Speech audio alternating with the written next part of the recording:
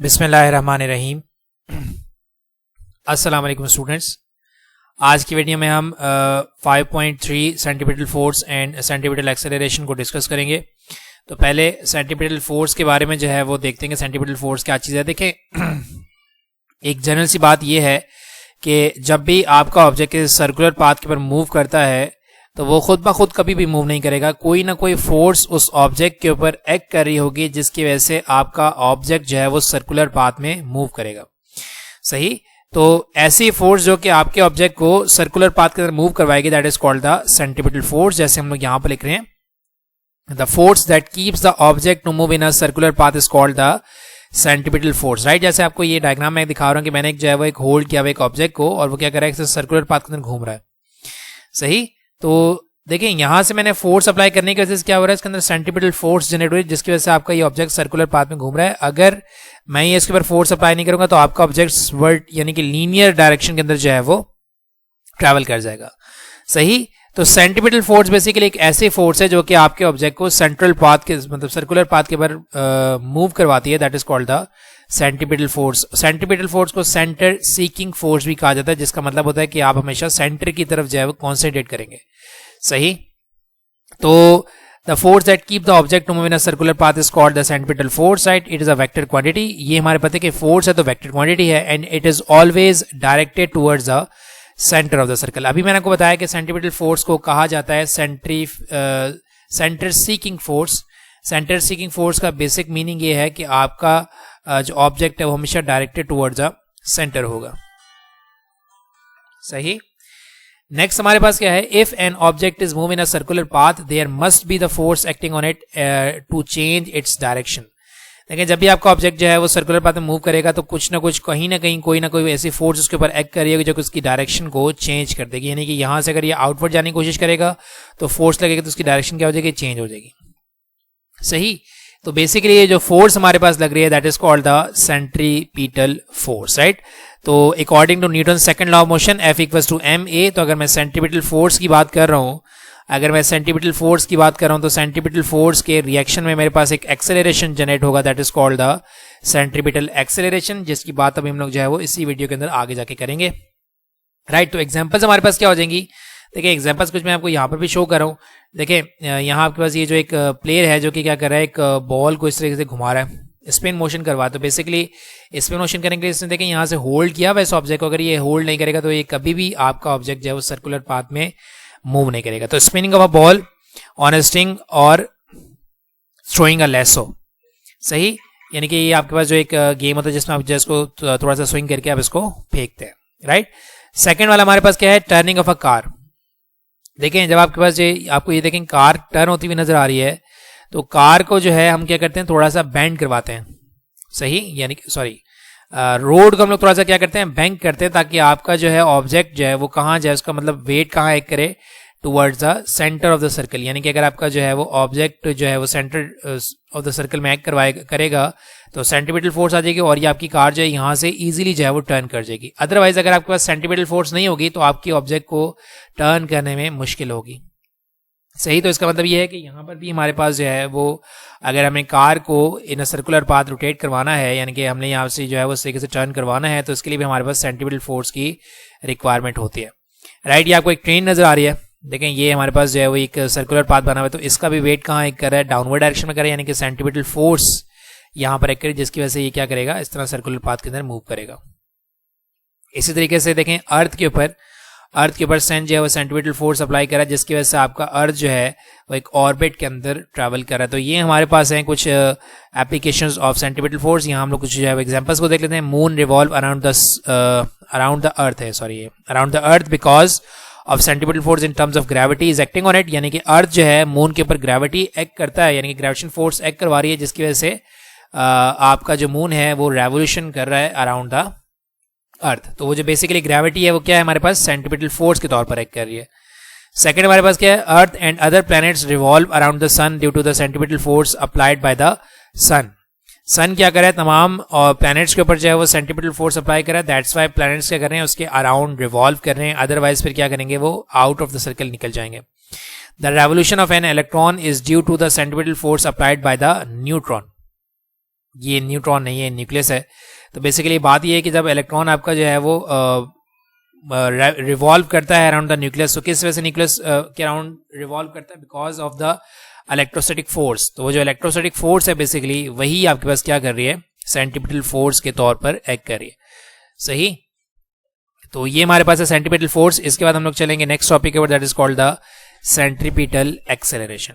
अब centripetal acceleration क्या होता है? देखें, अगर आपकी बॉडी के ऊपर सेंट्रीपिटल फोर्स एक्ट कर रहा है ना, तो बॉडी के अंदर एक एक्सेलरेशन जनरेट होगा, that is called the centripetal acceleration. ऐसा ही है, बिकॉज अगर हम लोग लीनियर जो है वो मोशन की बात करें तो लीनियर मोशन के अंदर क्या होता है कि अगर आपका ऑब्जेक्ट के ऊपर फोर्स लगाई जाए तो वो फोर्स की डायरेक्शन के अंदर ही क्या करता है? एक्सेलरेशन जनरेट करवाता है। तो यहां पर भी ऐसे हो रहा है। सेंट्रीपिटल फोर्स के रिजल्ट में हमारे पास जो एक्सेलरेशन बन रहा है that is called the centripetal acceleration, that is also always directed towards the centre of the circle. वही डायरेक्शन होगी जो कि सेंट्रीपिटल फोर्स की होगी। सही, तो आपको ये देखें, यहाँ पर मैं एक डायग्राम दिखा रहा हूँ छोटी सी, कि लेट करें कि आपका ऑब्जेक्ट बी पॉइंट के ऊपर जो उसकी लीनियर वेलोसिटी है v1 और सी पॉइंट के ऊपर मेरे पास वेलोसिटी है v2, राइट। तो ये वेलोसिटी में चेंज किस वजह से आ रहा है? देखिए वेलोसिटी, यहाँ तो इसको स्ट्रेट आउटवर्ड चले जाना चाहिए, लेकिन यहाँ क्या हो रहा है कि इसके ऊपर सेंट्रीपिटल फोर्स अप्लाई कर रही है जिसकी वजह से इसकी डायरेक्शन चेंज हो जाएगी। यहाँ से भी हमारे पास क्या कर रही है? सेंट्रीपिटल फोर्स अप्लाई कर रही है जिसकी वजह से इसकी डायरेक्शन क्या हो जाएगी? चेंज हो जाएगी। तो बेसिकली हो ये रहा है कि जो वेलोसिटी की डायरेक्शन के चेंज होने से हमारे पास जो एक्सेलरेशन जनरेट हो रहा है that is called the centripetal acceleration. सही, देखिए अगर आपका ऑब्जेक्ट लीनियर डायरेक्शन के अंदर मोशन कर रहा है तो वेलोसिटी के मैग्नीट्यूड के अंदर अगर चेंज आएगा तो एक्सेलरेशन प्रोड्यूस होगा, राइट। लीनियर के अंदर क्या होता है कि वेलोसिटी का मैग्नीट्यूड चेंज होता है तो एक्सेलरेशन प्रोड्यूस होता है, और एंगुलर में क्या होता है कि अगर आपके वेलोसिटी की डायरेक्शन चेंज हो रही है तो उससे क्या हमारे पास जनरेट हो रहा है? एक्सेलरेशन जनरेट हो रहा है, that is called the centripetal acceleration, right.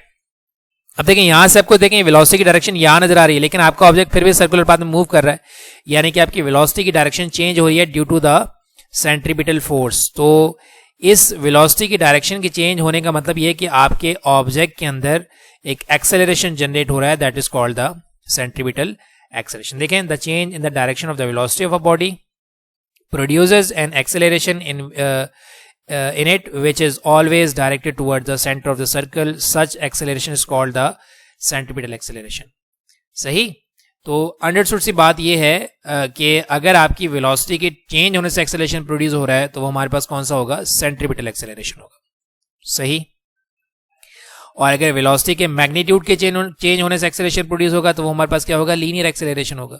सो अब हम लोग जो है वो सेंट्रीपिटल एक्सेलरेशन के रिलेशन के लिए हम जो है कुछ यहाँ पर सपोजिशन लेंगे। मैं कह रहा हूँ लेट के लिए, देखिए जी, consider a body of mass m is moving a circular path of radius r with uniform speed v। मैं कह रहा हूँ कि लेट के लिए कि मेरे पास एक बॉडी है जिसका मास m है, वो क्या कर रहा है? सर्कुलर पाथ के ऊपर मोशन कर रहा है, राइट।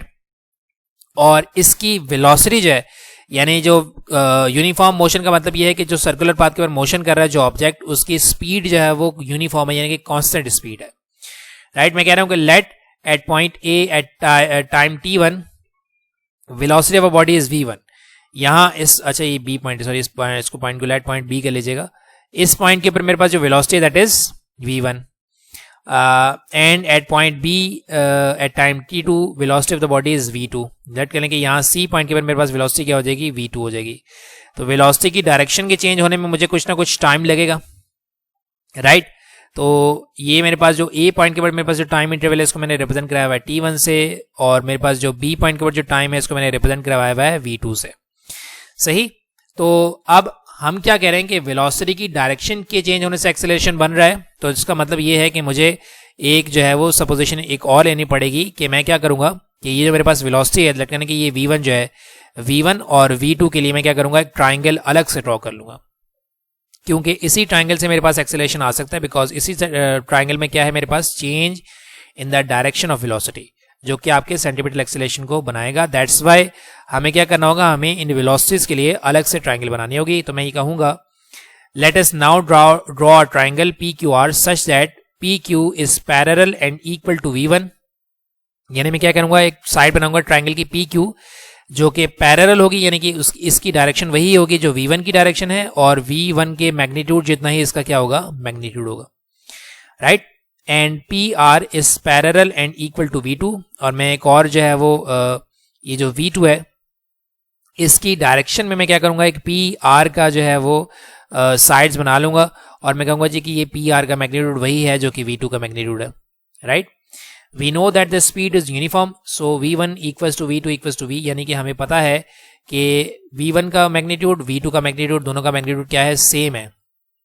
लेकिन डिफरेंस किस में है, लेकिन दोनों की डायरेक्शन, इसकी डायरेक्शन इस तरफ है, इसकी डायरेक्शन क्या है, इस तरफ है। तो ये जो मेरे पास ये जो वेक्टर बन रहा है ये बेसिकली क्या है, change in the direction of velocity, right.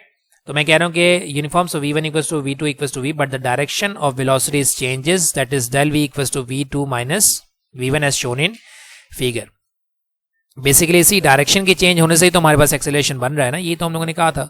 तो हम लोग आगे चलते हैं नेक्स्ट स्टेप के ऊपर, दैट इज ये वही डायग्राम है हमारे पास। अब मैं कह रहा हूं कि on comparing the triangle ABC and PQR, अगर मैं इस ट्राइंगल ABC एंड PQR को अगर मैं सपोज कर रहा हूं तो ये दोनों ट्राइंगल्स हमारे पास आइसोसेलेस ट्राइंगल्स हैं। आइसोसेलेस ट्राइंगल्स का मतलब ये है कि इनकी दो साइड्स बराबर हैं। जैसे आप A to B को देखें और A to C को देखें, ये भी रेडियस है, ये भी रेडियस है। यहाँ PR को देखें और PQ को देखें, यहाँ पर PR क्या है, ये भी V है because V2 equals to V है, और PQ ये भी हमारे पास क्या है, V1 इक्वल्स टू V है। इसका मतलब है कि दोनों ट्राइंगल की दो साइड्स इक्वल हैं, तो ये दोनों ट्राइंगल्स जो हैं वो आइसोसेलेस ट्राइंगल्स हैं, तो इनको हम जो है वो सिमिलर ट्राइंगल्स कह सकते हैं। तो अगर दो ट्राइंगल्स आपके सिमिलर हों तो आप क्या कर सकते हैं, इनकी रेशियोज को कंपेयर करा सकते हैं। तो मैं क्या करता हूँ, मैं यहाँ से ABC की जो है वो रेशियो को कंपेयर करवा देता हूँ PQR के साथ। तो इसकी रेशियो में क्या लूंगा, ऑपोजिट साइड जो कि मेरे पास क्या है, arc length divided by the same side, right. हमने रेशियोज को कैसे जो है कंसीडर किया, ऑपोजिट साइड जो कि मेरे पास क्या है del S और divided by the same side, और सेम साइड मेरे पास क्या है R। सिमिलरली इसी तरीके से opposite side that is del V divided by same side that is, या तो PQ को ले लें या PR को ले लें, दोनों सेम है तो क्या हो जाएगा, V हो जाएगा, राइट। सो आर्क लेंथ मेरे पास किसके इक्वल है, S के इक्वल है, तो ये क्या हो जाएगा, S divided by R that is del V divided by V। अच्छा बेटा, अगर हमारे पास ये एंगल बहुत छोटा है, अगर ये एंगल हमारे पास बहुत छोटा है, तो ये वाला एंगल हमारे पास अगर बहुत छोटा है तो हम क्या करने के, हमारे पास C जो है बहुत नजदीक आ जाएगा B के, इतना नजदीक आ जाएगा कि ये हमारे पास लाइन जो है वो स्ट्रेट लाइन हो जाएगी। तो आर्क लेंथ मेरे पास डिस्प्लेसमेंट में कन्वर्ट हो जाएगा। बेसिकली आर्क लेंथ क्या है, सर्कुलर डिस्टेंस है, सही। तो अगर आप क्या करेंगे, एंगल को बहुत छोटा कर देंगे तो ये C बहुत नजदीक आ जाएगा B के, और ये क्या बन जाएगा, एक स्ट्रेट लाइन बन जाएगी, जैसे आपको ये नजर आ रही है, सही। तो ये आर्क लेंथ आपका जो है वो कन्वर्ट हो जाएगा डिस्प्लेसमेंट के अंदर। तो मैं ये कह सकता हूँ कि when theta is very small और very short period of time, point B is very close to point A, यानी कि इसको मैंने सॉरी ये C और B हमारे पास क्लोज हो जाएगा to point A, then S equals to VT, सही। यानी कि हमारे पास जो है वो लीनियर वेलोसिटी का फॉर्मूला लगा सकते हैं, S equals to VT, right. इसको हम जो है वो अबव रिलेशन के अंदर पुट कर देंगे। आर्क लेंथ मेरे पास क्या हो जाएगा, आर्क लेंथ क्या आ जाएगा, V del T, यानी कि ये आर्क लेंथ मेरे पास डिस्प्लेसमेंट में कन्वर्ट हो गया, तो ये क्या हो जाएगा, V del T divided by R del V divide by V, right. Time को मैं यहाँ लेके डिवाइड करा दूंगा, V को वहां ले जाऊंगा, तो क्या हो जाएगा, V square upon R that is del V divided by V, sorry del V divided by delta T। देखें rate of change of velocity हमारे पास क्या होता है, एक्सेलरेशन। तो ये हमारे पास क्या है, डायरेक्शन का चेंज है वेलोसिटी की। तो वेलोसिटी के डायरेक्शन के चेंज होने से हमारे पास जो एक्सेलरेशन जनरेट हुआ that is called the centripetal acceleration, right. So centripetal acceleration हमारे पास किसके इक्वल हो गया, V स्क्वायर अपॉन R के इक्वल हो गया। यहाँ मैं रिप्रेजेंट कर रहा हूँ कि डायरेक्शन ऑफ वेलोसिटी के चेंज होने से टाइम के साथ हमारे पास जो एक्सेलरेशन जनरेट हुआ that is called the centripetal acceleration. यहाँ R जो है हमारे पास, R क्या है, यूनिट वेक्टर है जो कि सेंट्रीपिटल एक्सेलरेशन की डायरेक्शन को दिखाता है, right. Where R is a unit vector directing outwards from the centre of the circle. यहाँ से अगर आपके पास R जो यूनिट वेक्टर कहाँ जा रहा है, डायरेक्टेड आउटवर्ड, अगर इनवर्ड आएगा तो फिर नेगेटिव हो जाएगा, राइट। तो we see that AC and R are oppositely directed, यानी कि अगर आप सेंटर की रेडियस की बात करें तो कहते हैं रेडियस हमारा हमेशा आउटवर्ड होगा, रेडियस हमारा हमेशा कहाँ होगा, आउटवर्ड होगा, जबकि सेंट्रीपिटल एक्सेलरेशन हमेशा कहाँ होगा, डायरेक्टेड टुवर्ड्स द सेंटर होगा, सही। तो ये दोनों हमारे पास क्या होते हैं, हमेशा ऑपोजिट होते हैं। So as we know that V equals to R omega, centripetal acceleration हमारे पास in terms of angular velocity क्या हो जाएगा, हमें पता है कि सेंट्रीपिटल एक्सेलरेशन क्या होता है, V स्क्वायर अपॉन R। लेकिन अगर मुझे सेंट्रीपिटल एक्सेलरेशन चाहिए इन टर्म्स ऑफ एंगुलर वेलोसिटी, तो मैं क्या करूंगा, ये जो लीनियर वेलोसिटी है इसको मैं कन्वर्ट करा दूंगा according to the relation V equals to R omega. तो ये क्या हो जाएगा, R ओमेगा का whole square divided by R। Right. ये क्या हो जाएगा R square omega square divide by R, R से आपका जो है वो स्क्वायर कैंसिल आउट हो जाएगा, तो ये क्या हो जाएगा R omega square, that is the centripetal acceleration in terms of the angular velocity. देखें अब मैं सेंट्रीपिटल फोर्स का जो है वो फॉर्मूला बना सकता हूँ according to Newton's law of motion that F C equals to M A C, ये हम लोगों ने ऊपर भी किया। तो सेंट्रीपिटल एक्सेलरेशन हमारे पास किसके इक्वल है, वी स्क्वायर अपॉन आर के इक्वल है। तो सेंट्रीपिटल फोर्स हमारे पास क्या हो जाएगी, M V square upon R. और अभी हम लोगों ने एक रिलेशन बनाया that centripetal acceleration equals to R omega square. तो अगर मैं centripetal acceleration in terms of angular velocity निकालना चाह रहा हूं तो ये मेरे पास क्या हो जाएगा, centripetal force in terms of angular velocity given as F C equals to M और ए सी की जगह क्या आ जाएगा आर ओमेगा स्क्वायर। तो ये था हमारे पास topic of centripetal force and centripetal acceleration. अगर कोई चीज़ समझ नहीं आई है, कोई चीज़ जो है वो कन्फ्यूजन प्रोड्यूस कर रही है इस टॉपिक के लिए, तो आप जो है वो क्वेश्चन कर सकते हैं, इंशाल्लाह मैं उसका आंसर कर दूंगा। सही। So thank you very much and अल्लाह हाफिज़।